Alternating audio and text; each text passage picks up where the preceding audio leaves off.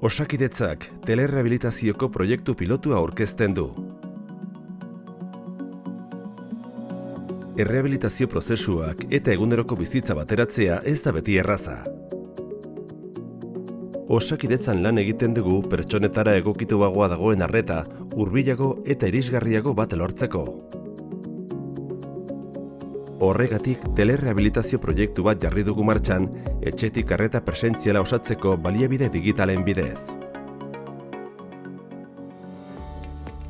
Pertsona bakoitzaren beharretara eta egoetara moldatzeko pentsatuta dagoen eredua da.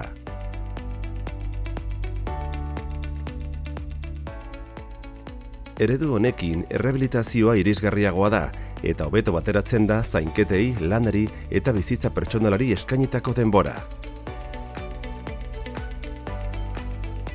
Parte hartu duten pazienteek nabarmentzen dute telerehabilitazioa beren eguneroko bizitzara egokitzen dela.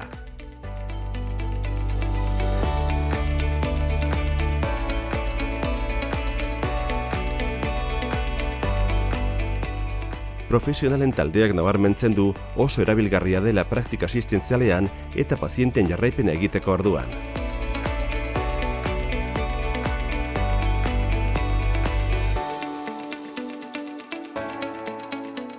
Telerehabilitazioak herritarrei arreta hurbilagoa eta ekitatiboagoa ematen laguntzen du.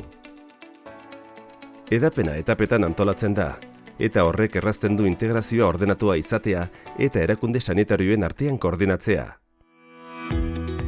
Osakidetzak aurrera egiten du pertsonak ardatz dituen errehabilitazio irisgarriago eta hurbilago bat lortzeko.